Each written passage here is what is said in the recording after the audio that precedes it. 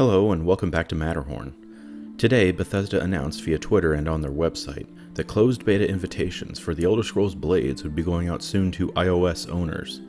The closed beta is not the same thing as early access, and early access will be coming later in the spring for both iOS and Android devices.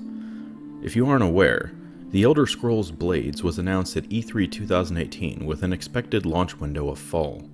Fall came and went as the title was delayed until sometime in the spring.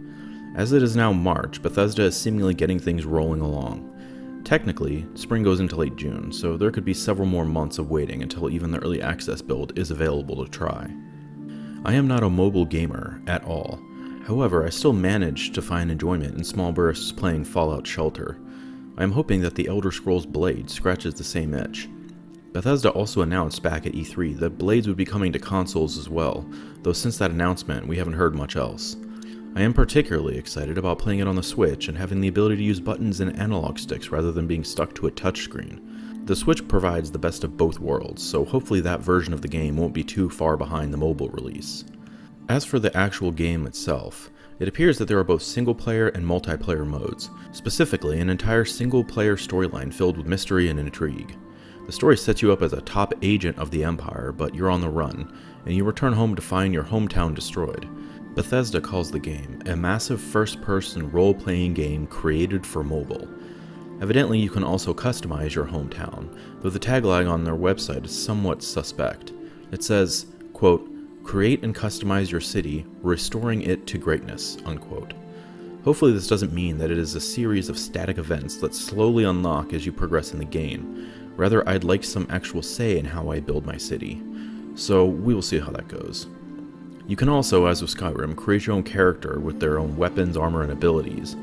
There is what Bethesda is calling the never-ending abyss, which is basically just an endless dungeon where you keep fighting enemies until you're finally killed.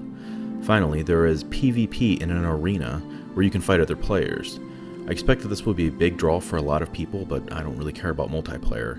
Though, if I had to guess, I would also say that this singular feature is likely why the game has been delayed. It seemed to be in a somewhat polished-looking playable form at E3, so the substantial delay of what appears to be at least 4 to 8 months is probably due to making PvP work better. But that is just pure speculation on my part. Most of us will get the opportunity to play the game as early access rolls out. Bethesda has stated that they will grant people early access on a rolling basis, so everyone should start watching their emails soon. There's good news here in that all the progress you make in the early access build will carry over to the final release. It will be the entire game, so again, my assumption about the early access build is that the only big changes you may see from that, through actual release, will be some tinkering with the PvP. I imagine the main story and other single-player components of the game have been completed by now.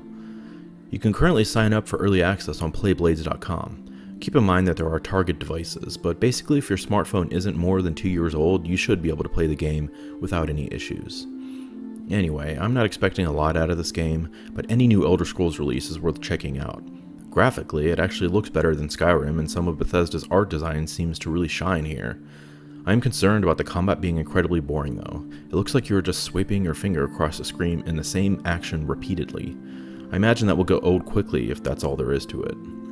Hopefully the game offers a substantial single-player experience. I am intrigued by the ability to build my own town or city though. Creating characters in a first-person game is, again, not really my thing since you never see them, but I know plenty of people enjoy doing this. Exploring ruins or dungeons that are new and hopefully substantial could be exciting if done correctly.